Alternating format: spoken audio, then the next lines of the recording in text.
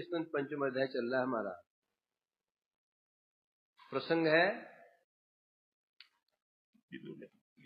विदुर मैत्रेय संवाद। कल क्या श्रवण किया डॉक्टर साहब?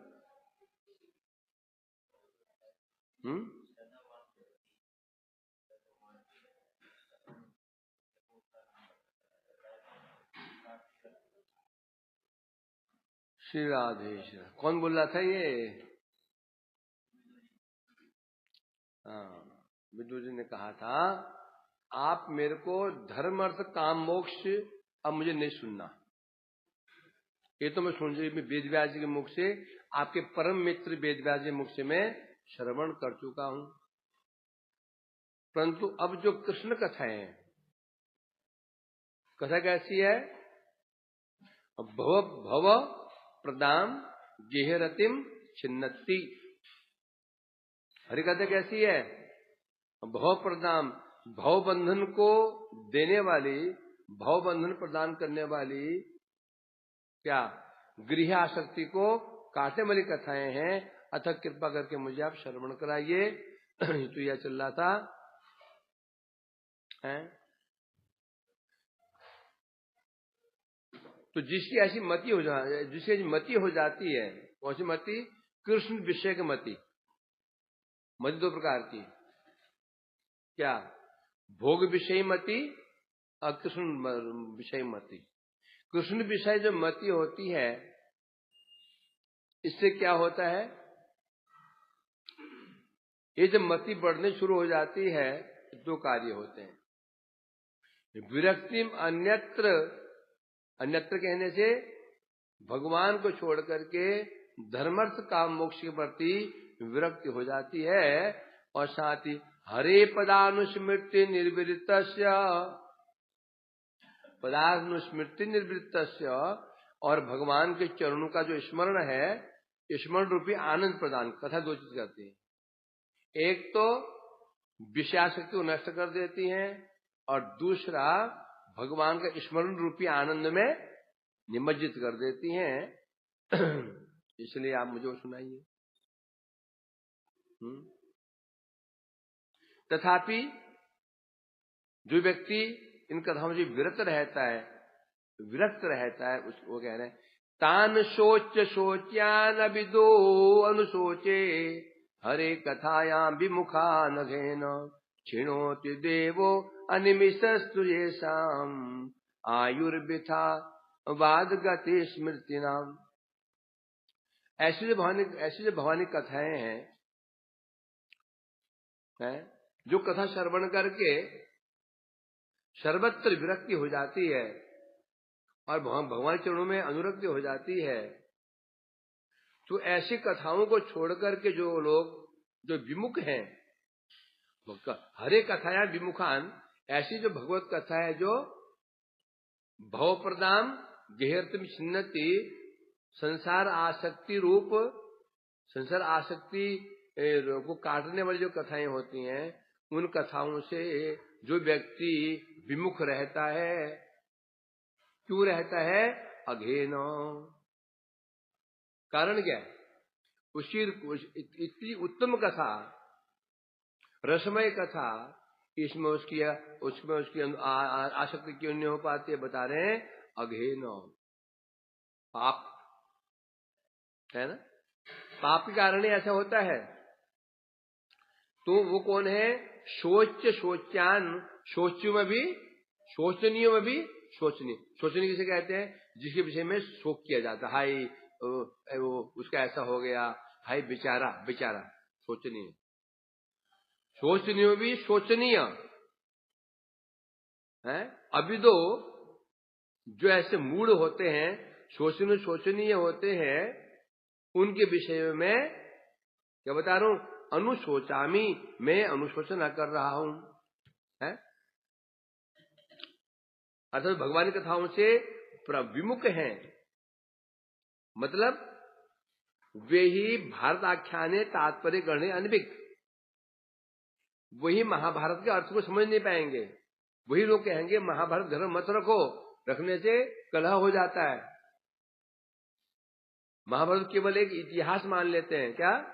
जैसे इतिहास है ना, औरंगजेब का इतिहास, अकबर का इतिहास, महाराणा प्रताप का इतिहास मान लेते हैं बस। तो कौन है? अविदो, विद नहीं है, वो विद्वान नहीं है। वे भागवत का अर्थ, महाभारत का तात्पर्य समझ नहीं पाए कि वेद व्यास जी ने इस भागवत महाभारत में चूहे बिल्ली कथाएं क्यों भरी, चूहा बिल्ली कथाएं, ऐसी कथाएं क्यों भरी उन्होंने इसमें? सामान्य ऐसे हम पढ़ते हैं, पंचतंत्र में कथाएं होती थी, एक राजा था, एक कुत्ता था, एक बिल्ली थी, लोमड़ी थी, है ना, खरगोश की कथा, चेरी कथाएं, क्या कॉमिक्स है क्या? वो समझ ही नहीं पाएंगे कि भगवत विमुख जीव की रुचि इन्हीं चीजों में है। जब उसमें चीजें पढ़ने को मिल जाती हैं तो वो पढ़ेगा, अध्ययन करेगा, अध्ययन करते करते करते जब गीता में आ जाएगा, भीष्म पर्व, गीता कहां पर है? भीष्म पर्वों में है। भीष्म उसमें सुनेगा, अरे ये तो सब वेद व्यास ने हमें लॉलीपॉप दिखाया था। क्या लॉलीपॉप है? लॉलीपॉप सब देखते क्या होता है? लॉलीपॉप लॉलीपॉप क्या होता है? ये स्टिक होती है, आगे गोल टॉफी होती है और चूसते रहते हैं उसको, लॉलीपॉप कहते हैं। बेवकूफ, टॉफी जैसी होती है, चॉकलेट जैसी। ये स्टिक होती है, उसमें गोल गोल टॉफी होती है, वो हम चूसते रहते हैं, लॉलीपॉप कहते हैं। चबा नहीं पाओगे उसको, चबाओगे तो मजा नहीं आएगा, उसको मजा चूसने में होता है। मुंह डालते रहो, गाड़ी चाहते हो, लॉलीपॉप कहते हैं। तो ये हम लॉलीपॉप दे दिया उन्होंने, तो अरे वास्तव में तो हमको ये देना, वो तो हमको देना चाहते थे ये कृष्ण भक्ति है। परंतु जो इसका हो गया था, जो विद्वान है, अविद है, वो सोचेगा, वो समझ ही नहीं पाएगा इसका अर्थ क्या है?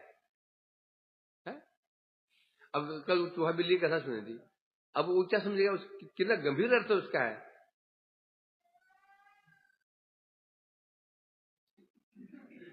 गोविंद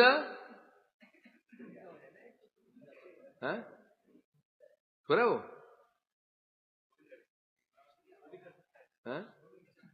गोविंद करता है,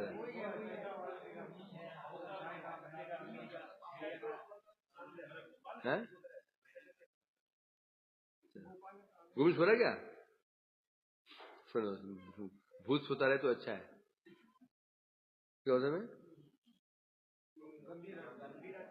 समझ ही नहीं पाएंगे।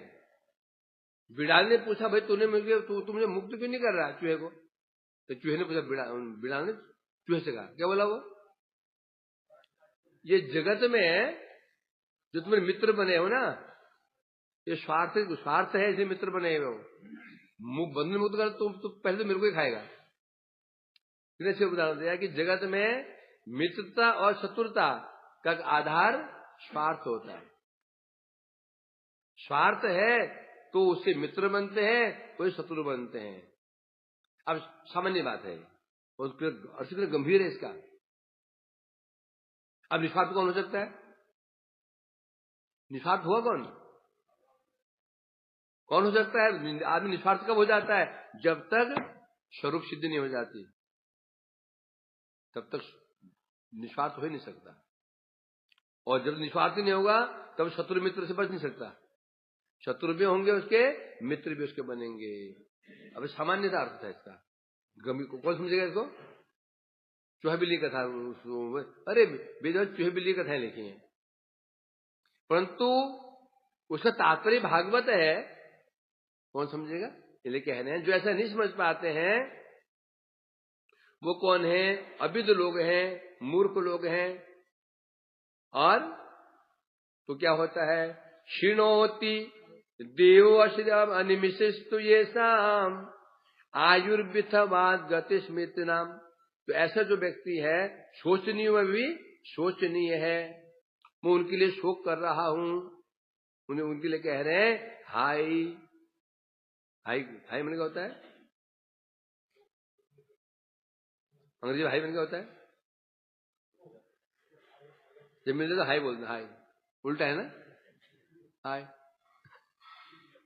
तो हाय किसका लक्षण है? शोक। हाय है, वे समझ नहीं पा रहे हैं। अनिमिषित तो ये शाम, उनकी जो आयु है कैसी है? समय क्या है? क्षीणोती, उनका समय नष्ट हो रहा है। इसमें नष्ट हो रहा है विथेव बाग गति स्मृतया, अर्थात देह, मन और वाणी, शरीर, तन, मन, वचन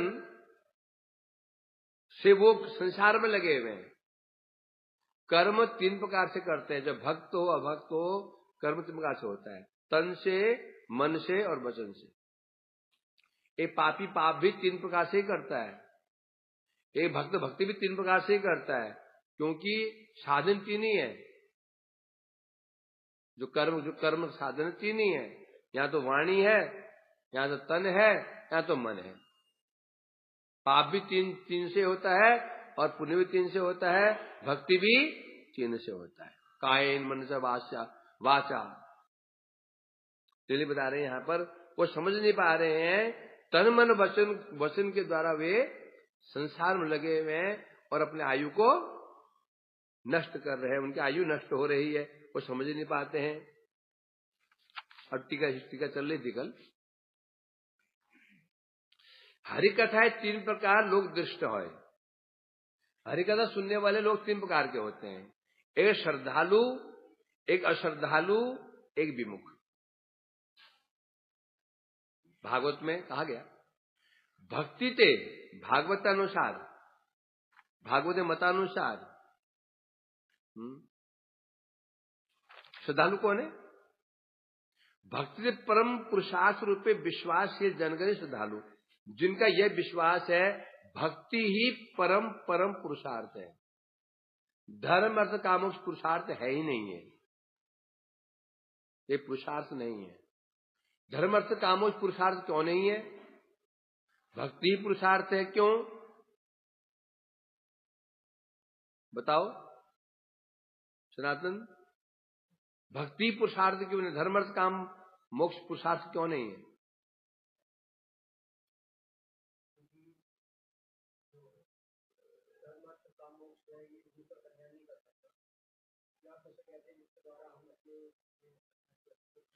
पुरुषस्य अर्थ इति पुरुषार्थ। पुरुष मने जीव। जीव का अर्थ क्या है? जीव स्वरूपतः न कर्मी है, न ज्ञानी है, न योगी है, न मुमुक्षु है। जीव का एक ही स्वरूप है, वह है क्या? कृष्णांश मुंबई वांसो जीवलोके। कृष्ण का अंश, जीव कृष्ण का अंश है, तो अंश का धर्म क्या है? अंश की सेवा करना। तो धर्म अर्थ काम मोक्ष ये अर्थ ही नहीं है, जीव का अर्थ नहीं है। ये जीव का जो असली अर्थ है, असली संपत्ति है, कृष्ण भक्ति उसकी एकमात्र संपत्ति है। अर्थ में नहीं, संपत्ति। जब जीव भगवान का अंश है, उनका सेवक है, सेवक की संपत्ति क्या होती है? सेवक की सेवा ही उसकी संपत्ति होती है। तो अब तो जो जीव शुद्ध जीव है, भगवान का अंश है, तो कर्म पुरुषार्थ कैसे हो सकता है? ज्ञान पुरुषार्थ कैसे हो सकता है? योग पुरुषार्थ कैसे हो सकता है? हो सकता है? नहीं हो सकता है। शुद्ध जीव का एक ही पुरुषार्थ वह है भक्ति। तो भक्ति ही पुरुषार्थ। परंतु जो व्यक्ति ऐसा नहीं मानते, हाँ जो मानते ऐसा कि भक्ति ही परम पुरुषार्थ रूप है, जिसका जब विश्वास होता है उसे कहते हैं श्रद्धालु। जैसे एकादश स्कंध में कहा गया, तावत कर्माणि कुर्वीत, बोलो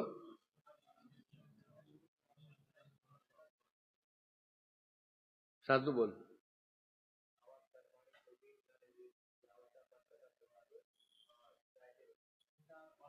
जयते रति।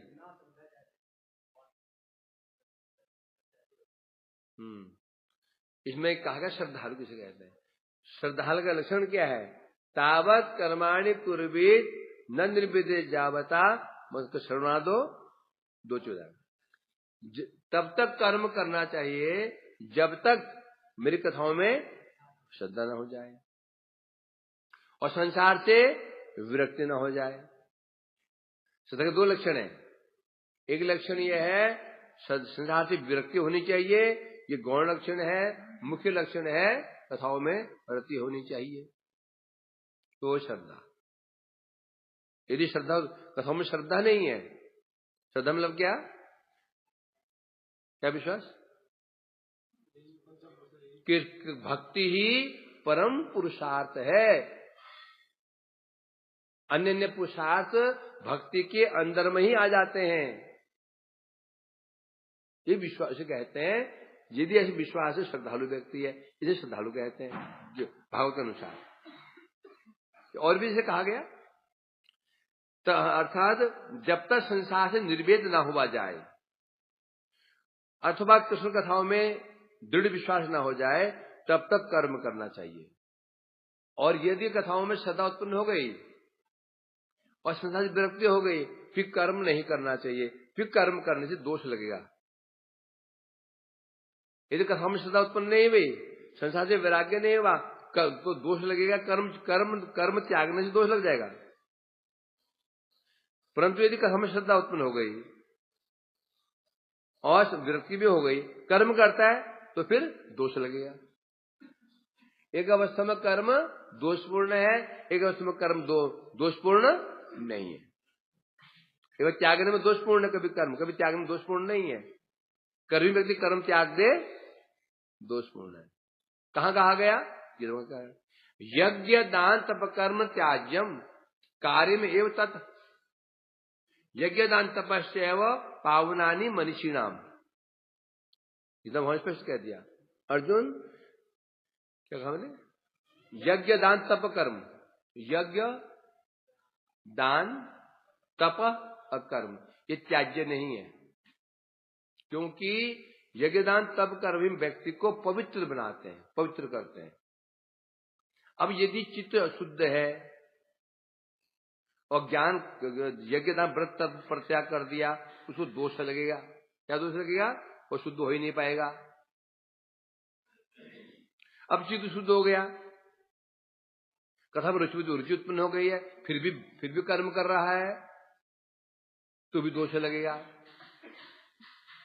तब दोष क्यों लगे? जो कथा में रुचि उत्पन्न, भक्ति में विश्वास हो गया, फिर कर्म कर रहा है, अब दोष क्यों लगेगा?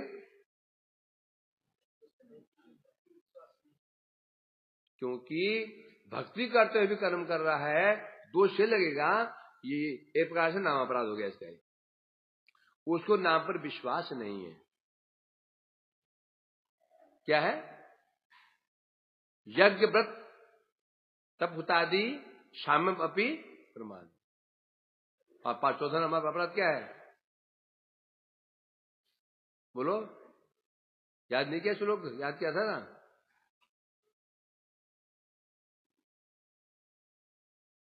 बस हो गया। अब पेज पलटा रहा है। भगवान के नाम को, यज्ञ दान तप कर्म को भगवान के नाम के समान समझना, ये पांचवा अपराध है। ये देखिए बोल रहा है, धर्म त्याग होता आदि सर्व सुख के साम्य प्रमाद। धर्म व्रत त्याग जो साधन, इनको नाम के समान समझ लेना, ये नाम अपराध है। अब एक जब भक्ति में रुचि उत्पन्न हो गई, विश्वास हो गया भक्ति ही परम पुरुषार्थ है, फिर भी यदि कर्म कर रहा है तो उसको ये विश्वास नहीं है कि भक्ति करने से यद कर्म भी यद तपसा ज्ञान वैराग्य योगेन दान धर्मेण तपोरेपि सर्वमद भक्त लभते अंजसा स्वर्गा पौरम धाम क्वचन वांछति। कुछ विश्वास ही नहीं है। और क्या कहा? कर्म भी ज्ञानतः योग भी, कर्म ज्ञान योग तप के जो प्राप्त होता है, मेरा भक्त अनायास ही वो साधन किए बिना भक्ति प्रभाव से प्राप्त कर लेता है? अकामो सर्व कामो मोह उदारधि। इतने जब बोल दिया यदि भक्ति कर रहा है तो भक्ति है ये सब साधनेर अतित उच्च फल भक्ति जितनारे बल सर्व फल दे भक्ति परम प्रबल। कर्म ज्ञान योग तप ये अति दुर्बल है, अपने ही फल नहीं दे सकते हैं, और भक्ति सब फल दे। भक्ति अपना भी फल दे देती है, इनका फल भी दे देती है। अब यदि किसी व्यक्ति को स्वर्ग की इच्छा है, जब वो स्वर्ग की इच्छा है, वो भक्ति ना करके कर्म कर रहा है और उसको विश्वास ही नहीं है भक्ति में, इसे कहते हैं वो व्यक्ति अश्रद्धालु है। तो इसलिए कहते हैं श्रद्धालु बता रहे हैं। हाँ, तो ऐसे व्यक्ति जो है जात शब्द कथा मत कथासु, तो क्या तात्पर्य क्या हुआ? भक्ति के बल ये विश्वास भक्ति परम पुरुषार्थ रूप है, भक्ति कहले सर्व कर्म के तो है। सदा शब्दे विश्वास कहे सुदृढ़ निश्चय, कृष्ण भक्ति कहले सर्व कर्म के तो, इससे कहते हैं विश्वास। भक्ति भी कर रहा है, कर्म भी कर रहा है, दान ध्यान भी कर रहा है, तो फिर ये श्रद्धालु नहीं है। जैसे और कहा गया ना श्लोक, कहा गया जा श्रद्धु मत कथासु, बोलो रात में बोल, तू बोल, क्या नहीं श्लोक है? जा श्रद्धु मत कथासु किसने नहीं किया बताओ? निर्विण्य सर्व कर्मसु बे दुखात तान कामात प्रत्याकृत पिनीश्वर, तो भजित माम श्रद्धालु प्रीति दृढ़ निश्चय जुष्माण स्थान कामान दुखोत्कांश गणयन, है ना? क्या बता रहे हैं? जात मत सदा, जिस व्यक्ति की मेरे पे श्रद्धा उत्पन्न हो जाती है, मेरी कथाओं में श्रद्धा उत्पन्न हो जाती है, निर्विण्ण कर्मसु, दो चीज बता रहे हैं, जिसकी मेरी कथाओं में रुचि उत्पन्न हो जाती है और संसार से विरक्ति हो जाती है। वेद दुखात्म कान कामान, अब वो समझ गया जितने प्रकार के यज्ञ दान पुण्य हैं ये सब क्या है? तुच्छ हैं। स्वर्ग आदि सुख मुक्ति आदि सुख तुच्छ हैं, परंतु छोड़ने में असमर्थ है, छोड़ नहीं पा रहा है। समझ गया अनित्य है, छोड़ नहीं पा रहा, तो क्या करना पड़ेगा? जुष्माना स्थान कामान, उन जो छोड़ नहीं पा रहे उनको भोगो, परंतु दुखोत उर्कांश गरियन, उनकी निंदा करते करते। समझ गया? पूर्ण विश्वास भक्ति करने से हो जाता है, परंतु विषय भोग जाएंगे, विषय भोग जो है ये हानिकारक है, छोड़ नहीं पा रहा है। तो क्या साथी क्या बोलते हैं?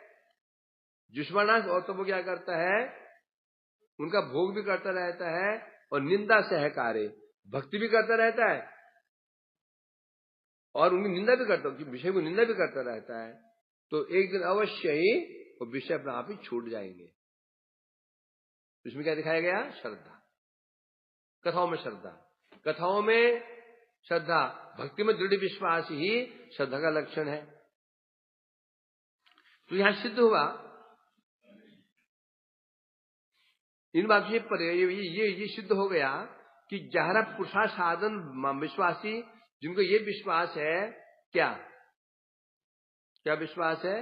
हरि कथा, भगवानी कथा, भक्ति ही परम पुरुषार्थ है, वे श्रद्धालु हैं। परंतु जहरा पुरुषार्थ साधन मात्र विश्वासी क्या श्रद्धालु, जो ये समझ गया है कि भक्ति ही मात्र पुरुषार्थ है, वो श्रद्धालु। जो समझता है सभी पुरुषार्थ हैं, धर्म पुरुषार्थ, अर्थ भी पुरुषार्थ, कामी पुरुषार्थ, भक्ति पुरुषार्थ, सब पुरुषार्थ से मानता है और सब उसका विश्वास सबके प्रति है, कर्म के प्रति भी, ज्ञान के प्रति भी, दान के प्रति, भक्ति के प्रति भी विश्वास है। ये है अश्रद्धालु।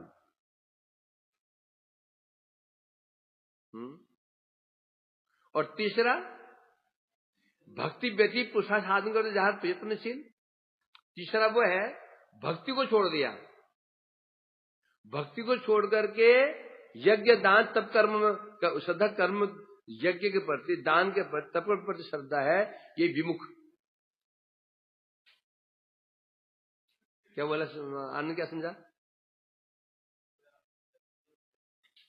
अश्रद्धालु कौन है?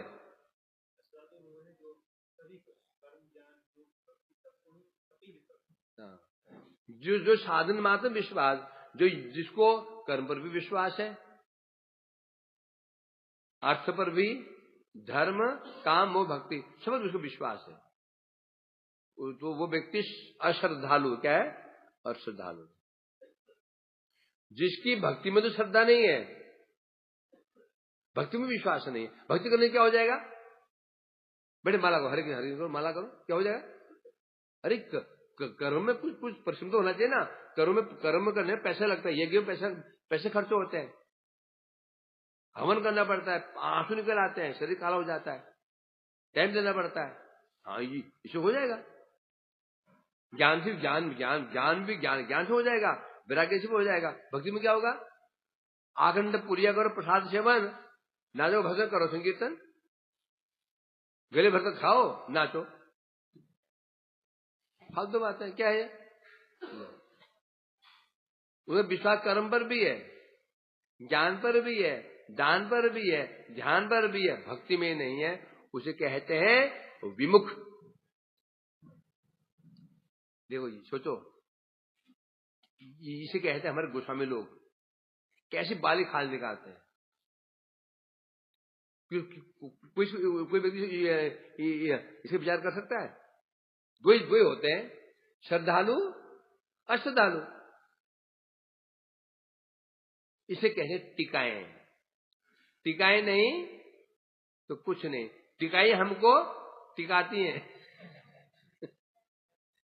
टिकाएं नहीं तो टिके नहीं, कभी इधर कभी इधर। उसने ऐसे कहा, हाँ ठीक है ठीक है, हाँ ठीक है ठीक है ठीक है। तो टिकाएं मतलब हम टिक जाते हैं। टिका तो टिकाना, इधर टिक गए और दुनिया तो में हिला डाल नहीं पाएगी। मैं जीवन में पहली बार सुना ये पॉइंट है। श्रद्धालु, अश्रद्धालु और विमुख, दो कितना सूक्ष्म पॉइंट है।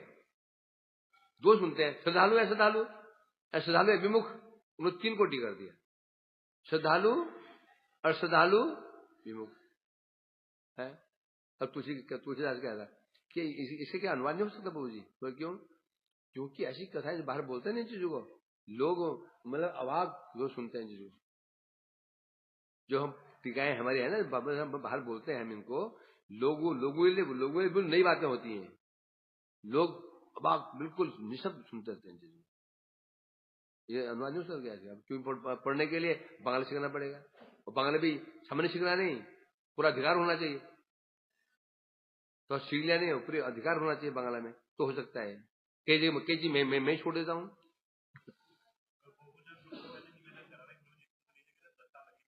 दस साल फिर कर ही नहीं, करना है, आसान नहीं है।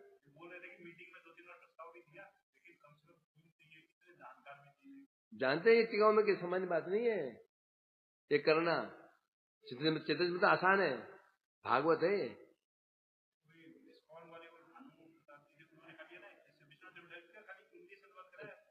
छोड़े बस भाव ले लिया, आसान है। कैसे मैं समझ नहीं पाता हूँ, मैं ही उसको आगे निकल जाता हूँ। आसान नहीं करना। और मैंने कहा तो भाई अनुमान नहीं तो हमारी कीमत भी है। अनुमान हमारी वैल्यू है क्या? अनुमान में हमारी क्या वैल्यू है डॉक्टर साहब? मैं करूंगा भी नहीं है, नहीं करेंगे। अपनी वैल्यू मार्केट में अपनी वैल्यू बनाए रखनी पड़ती है। तो कौन पूछेगा? क्या प्रेम है? क्या हुआ उसका? क्या कर लोगे? कुछ नहीं होगा। तो इसलिए क्या है? तो हाथ श्रद्धालु, तो श्रद्धालु कौन हुआ? जिसको ये पूर्ण विश्वास है हरि कथा ही परम पुरुषार्थ है, भक्ति परम पुरुषार्थ है, श्रद्धालु। श्रद्धालु कौन है? जो साधन मात्र के प्रति श्रद्धालु है। तो धर्म, अर्थ, काम, मोक्ष, भक्ति सबके प्रति उसका विश्वास है, यह अश्रद्धालु। विमुख कौन है? भक्ति को छोड़ करके धर्म अर्थ काम मोक्ष पर श्रद्धालु है और विमुख है। अब परंतु यहां बता रहे हैं तो श्लोक नंबर 13 में किसका वर्णन किया गया? श्रद्धालु का। ध्यान सुनना इसको। 3 बताया, श्रद्धालु और श्रद्धालु विमुख। 13वें श्लोक में श्रद्धान से विवर्धमाना, श्रद्धाशील व्यक्ति की कृष्ण विषय मति बढ़ती रहती है, उससे संसार से विरक्ति हो जाती है और भगवान के चरणों का आश्रय पा लेता है। इसमें श्रद्धालु का के विषय बताया गया। अब जो अगला श्लोक है 14वां श्लोक, इसमें किसका वर्णन आ गया? विमुखा अघेन, विमुख की बात आई है। दूसरे को छोड़ दिया, स्किप कर दिया।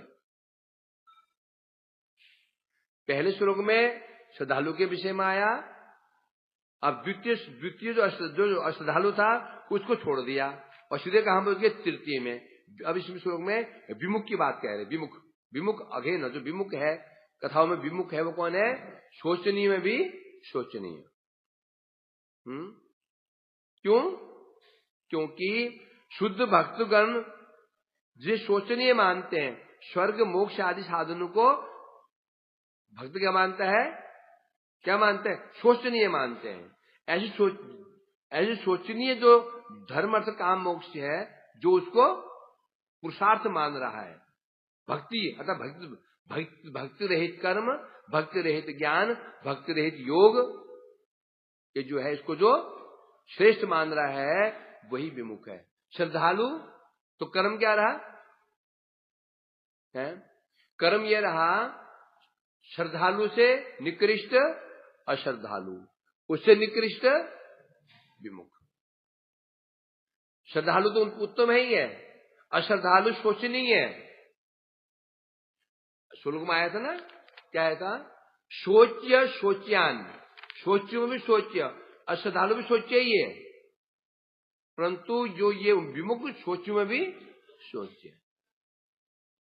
2 व्यक्ति प्रसिद्ध होते हैं, या तो उत्तम या मध्यम से भी नीचे। मध्यम कहीं प्रसिद्ध नहीं होता क्या? मध्यम प्रसिद्ध हो ही नहीं सकता। स्कूल कॉलेज स्कूल में हो कहीं भी तो यहाँ तो टॉपर नाम होता है, या फिर नीचे वाले है। बीजो लोग कोई पूछता क्या बदमाशों में श्रेष्ठ कौन है? वो पल्ला वाला। उत्तम कौन है? बीच वाले कौन है? तो ये तो ठीक है, ये इधर दोनों ये बैलेंस है।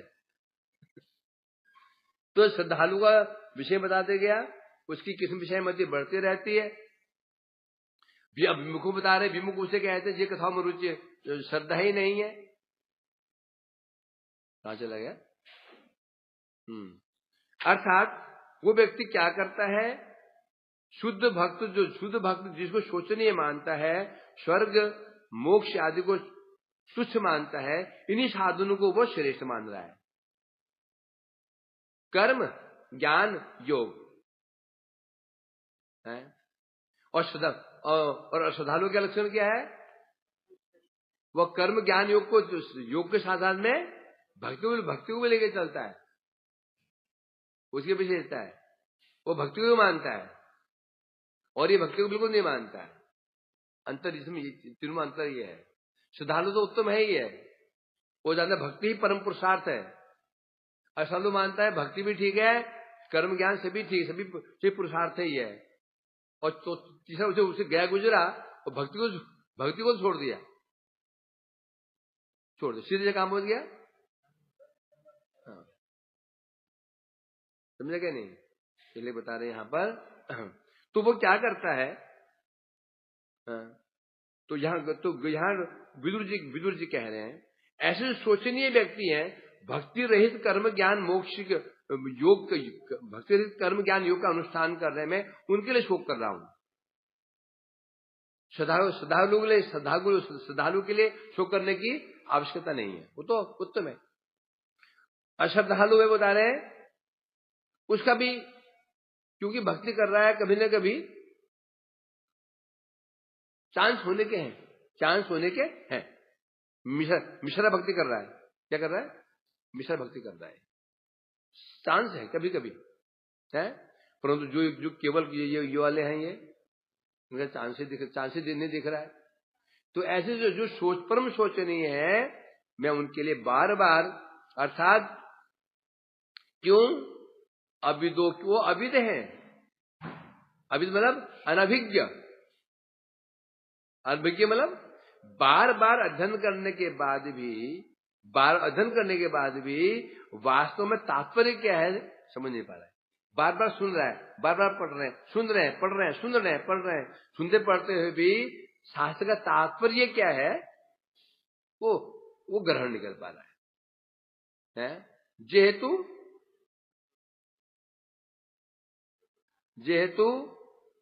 कारण क्यों नहीं कर पा रहा है? हरे भगवान की कथाओं से क्यों नहीं कर पा रहा है? भगवान की कथाओं से विमुख है। यदि कथाओं से विमुख हुआ तो पढ़ सुन करके भी नहीं होगा। कहते हो ना, किसकी बातें हम पे इफेक्ट करेंगी?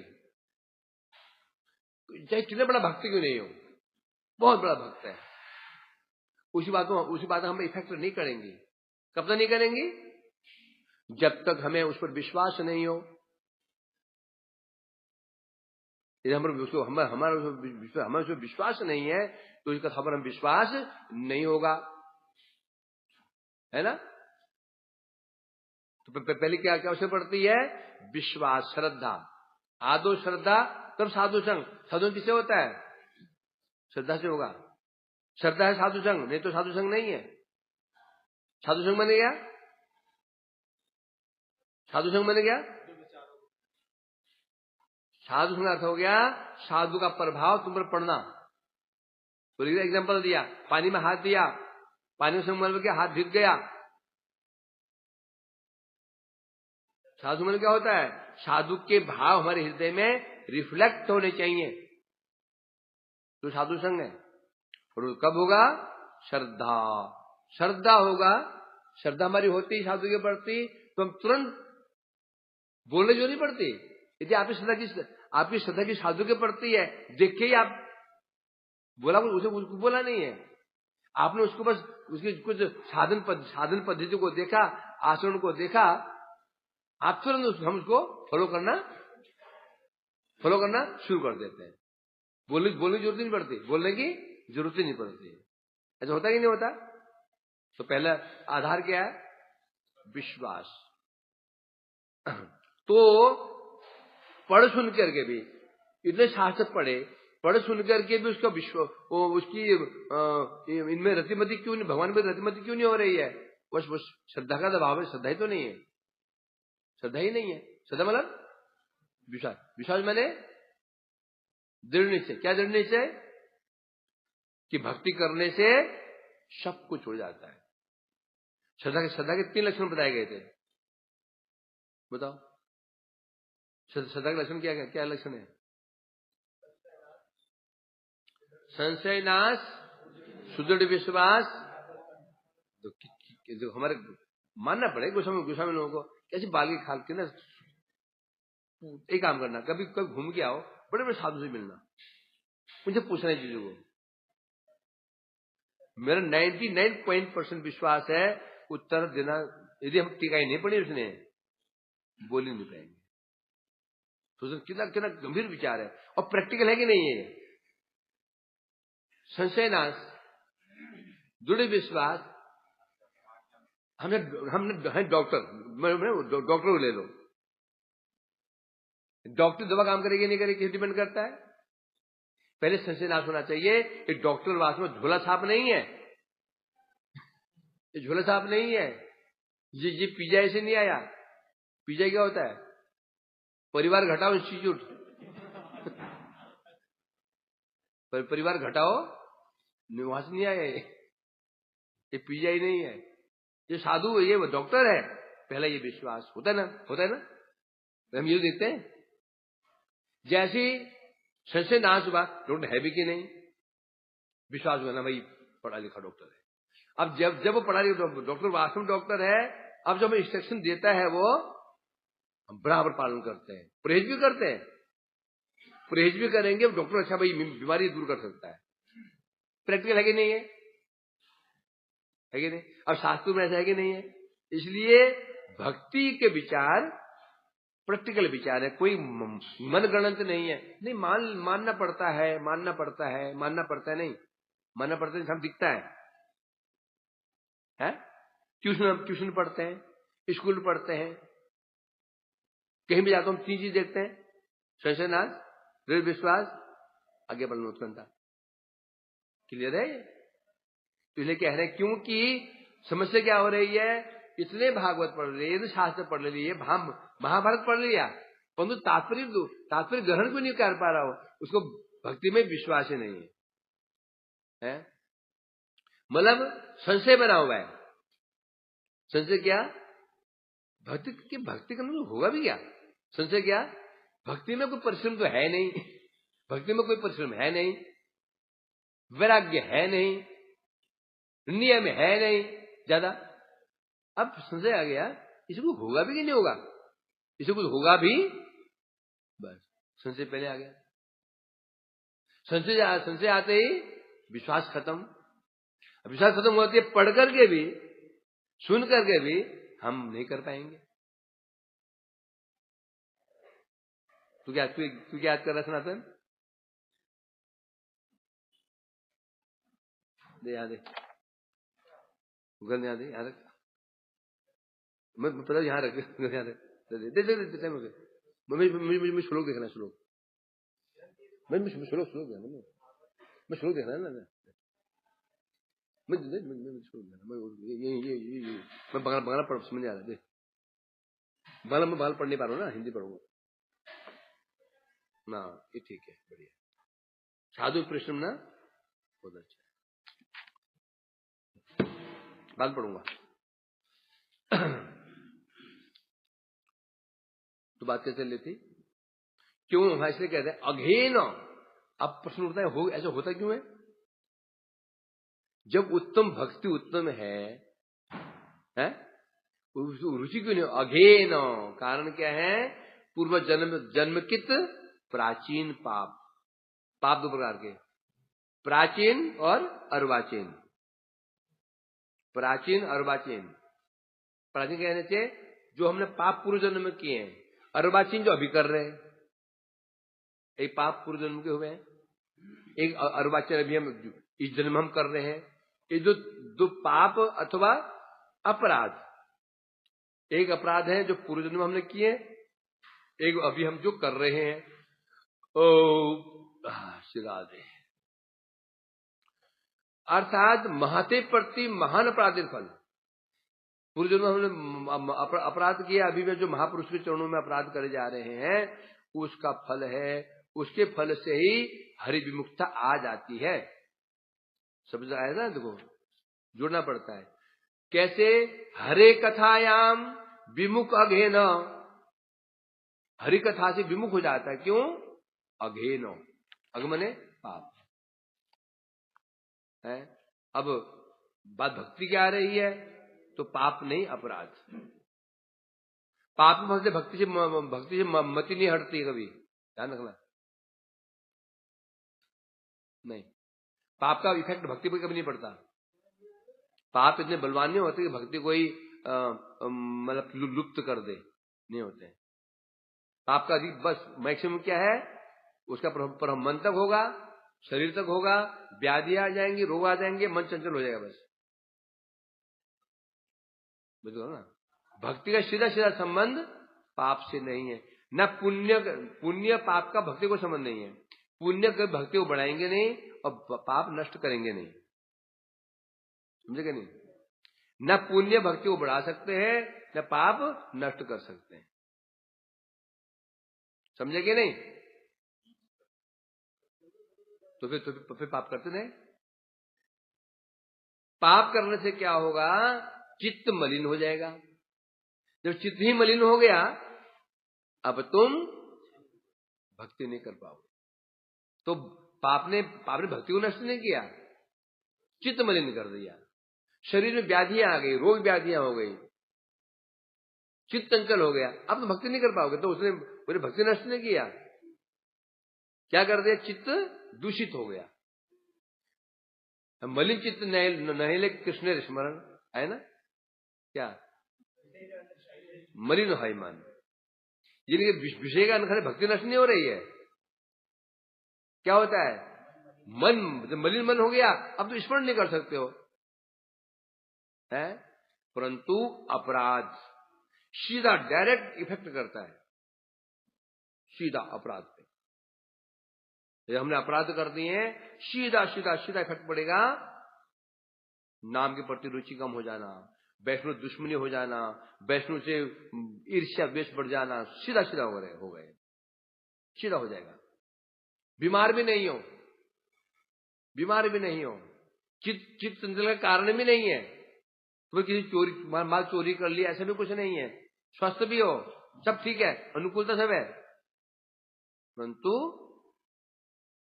नहीं कर पाओगे।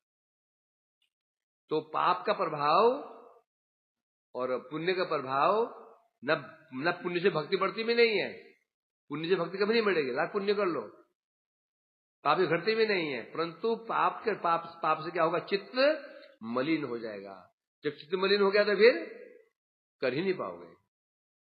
इसलिए कहते हैं जहां भक्ति में पाप की बात आती है, या कहते हैं श्लोक में पाप है, तो मैं क्या, अपराध, अपराध अर्थात महत के प्रति अपराध का फल हरि विमुक्ता, महत फल है हरि विमुक्ता। यदि हम नाम से विमुख हो रहे हैं, नाम रुचि कम हो जा रही है, वैष्णव के प्रति विमुक्ता आ रही है, तो समझो ये अपराध का फल है।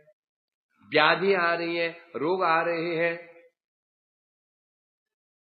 मन विक्षिप्त हो रहा है, ये होता ना, भजन करने की इच्छा हो रही है, परंतु चित्त चंचल। एक होता है भजन करने की इच्छा हो रही है, परंतु मन नहीं लग रहा है। एक होता है भजन करने की इच्छा ही खत्म हो गई, होता ना, इच्छा हो रही मेरा नाम अच्छा नाम हो, बैठ के नाम करूं, आने करूं, नींद ना आए मेरे को, बड़ी इच्छा है, बड़ी इच्छा है, आने ऐसे करो बिल्कुल स्मूथली आने को, गर्दन अगल बगल में ना लुढ़के, परंतु लुढ़क जा रही है। एक दूसरा, नींद भी नहीं आती है, इच्छा ही नहीं हो रही है, क्या मानना पड़ेगा, अपराध का फल है। यदि करने की इच्छा हो रही है, नहीं कर पा रहे हो, तो काफी हद तक इस पाप का फल बोल जाएगा उसको। यदि तुम्हें नींद में नहीं आती, घंटे घंटे बैठ सकते हो तुम, घंटा योग में बैठ सकते हो, नींद आती नहीं। कैसे होते हैं जो योगाभ्यास करते हैं ना, घंटे बैठे रहते हैं, परंतु नाम को इच्छा नहीं होगी, तो समझो अपराध। सूक्ष्म मंत्र है, अंतर सूक्ष्म है, परंतु है ऐसा ही। इसलिए कह रहे हैं यहां पर, तो पूर्व जन्म अथवा इस जन्म में किए गए महत अपराध के प्रभाव से ही हरि विमुक्ता आ जाती है। अनियमित, अब यदि बोले, मानो ये विदुर जी कह रहे हैं ना, मानो मैत्रेय किसी ने प्रश्न कर दिया, विदुर जी ऐसी बातें कह रहे हैं, क्योंकि हम देखते हैं ऐसे विमुख व्यक्ति भी अपने मत के स्थापन करने के लिए नाना प्रकार की स्मृति ग्रंथों में निपुण होते हैं, और वे स्वभाव में बहुत प्रकार के ऐसे वचन भी बोलते हैं। आपने उनको विमुख क्यों बोल दिया? अरे हम देखते हैं अपने मत को स्थापन करने के लिए वो सब शास्त्र पढ़ते हैं, वो कथाओं में बोलते भी हैं, भागवती बात बोलते हैं, अपने स्वभाव में अपने मत को स्थापन करने के लिए वो अच्छी अच्छी कथाएं बोलते हैं, भक्ति विषय में खूब अच्छा सब व्याख्याएं दे देते हैं। तो आप विमुख क्यों कह रहे हैं उनको? आपने कहा मतलब कथा में रुचि नहीं है, रुचि है उनकी, खूब ध्यान से सुनो, पूरे भागवत रट लेते हैं, गीता रट लेते हैं, और स्वभाव भक्ति की बड़ी अच्छी व्याख्या भी करते हैं। आपने क्यों बोला हरि कथा से विमुख है? तब कह रहे हैं धिक्कार से बोले, अरे उनके जीवन को और भी धिक्कार है। तब क्या, जो द्वितीय से तृतीय जो है ये और भी क्या है, ये निकृष्ट है। पढ़ते हुए भी जानते हुए भी नहीं जान रहे हैं। ये अविद, शोचनीय व्यक्ति हैं, ये व्यक्ति शोचनीय है।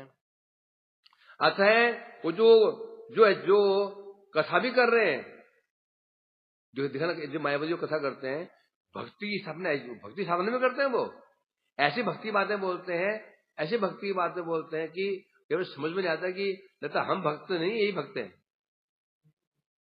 लगता है भक्त यही है, सामने वाला ही है मायावती बंधु। ऐसी किन लीलाओं का वर्णन करेंगे कि हम मुग्ध हो जाते हैं। ये बात तो देखा हमने भी, है ना, मुग्ध हो जाता है। लगता है नहीं है, संशय आता है कि मैं भक्त हूं कि नहीं, संशय आ जाता है, बात होता है। तो कह रहे हैं, तो उनके हाय, अर्थात उनके जिम को धिक्कार है। अर्थात बोलने पर भी, बोल भी रहा है, पढ़ भी रहा है, सुन भी रहा है, तो भी बोल भी रहा है उसको, और सब उसे विश्वास नहीं है। ये विश्वास है। जो कथा आती है ना, वो गुरुदेव महाराज बोला करते थे, एक ब्राह्मण देवता प्रत्येक एकादशी के दिन किसी मंदिर में जाते थे, वहां जाकर उनको प्रवचन देते थे, कथा बोलते थे। पत्नी को जाने से मना करते थे। अब नियम होता है, जिस काम में मना करोगे तो वहां पे जाने की इच्छा बढ़ जाती है। तो एक दिन पीछे पंडिताइन पहुंच गई और पीछे से छिप के बैठ गई। पंडित जी कह रहे थे, एकादशी के दिन अन्न के अंदर 4 महापाप होते हैं, मातृहत्या, पितृहत्या, गुरु हत्या और भ्रूण हत्या। यदि अन्न में पाप खाता है तो मातृहा पितृहा चेव गुरु भ्रातृत्वा अनुमातृष्णंति समाप्त हरिवासरे, इस लोग बोले थे। पत्नी को बड़ा आश्चर्य हुआ, देखो सबसे एकादशी करवाते हैं और मुझे बुला ही नहीं आज तक, मैं तो अन्न भी खाती हूँ। वो घर में गई और घर में जाकर चुपचाप माला कर रही है। पंडित जाए भूखे पैसे, चूल्हा नहीं जला, रसोई में कुछ नहीं है, बारह थके हुए आए वहां से। पंडितन क्या कर रहे हो, रसोई बनाई नहीं आज नहीं बनाया, क्यों बनाया, क्या आप कैसे हैं बताओ, मुझे बताया नहीं, आज मुझे बताया नहीं आपने। एकादशी अन्न नहीं खाने पाप होता है उसके अंदर। तुम आई थी क्या आज? हाँ, तुम्हें तो इसलिए मना कर रहा था आने में। अरे वो तो उनके लिए है, उनके लिए है, हमारे थोड़ी है वो। ऐसे लोग हम भी उनमें से, हम भी पंडित हैं, हम भी वही पंडित है। बोलने में तो बड़े लगते हैं, कितने बड़े भक्त है जी, हैं? वो किस नाम पर है, नाम करना चाहिए, नाम क्योंकि नाम आधारा, हरे नाम क्या बोले हैं। अब जब पाठ से उठे छुट्टी, फिर मोबाइल में लगे, नाम का मतलब ही नहीं है। तो हम भी ऐसे ही हैं, इसलिए हमें क्यों ठगना नहीं चाहिए। हम भक्ति मार्ग में, हम भक्ति मार्ग में है भाई। हम ठगने जाएंगे तो स्वयं ठगे जाएंगे। हम क्या ठगेंगे, हम अपने आप को स्वयं ठग रहे हैं। इसलिए जितनी औकात है उतने दिखाओ, वो अच्छा है। अरे दिखाओ इस बात जूते पड़े विभाओगे फिर बाद में। हाँ, इस प्रकार से प्रश्न कर रहे हैं। वांछा कल्पतरुभ्यश्च कृपा समपैतानां पावनवैष्णवेभ्यो नमः। साधु सावधान।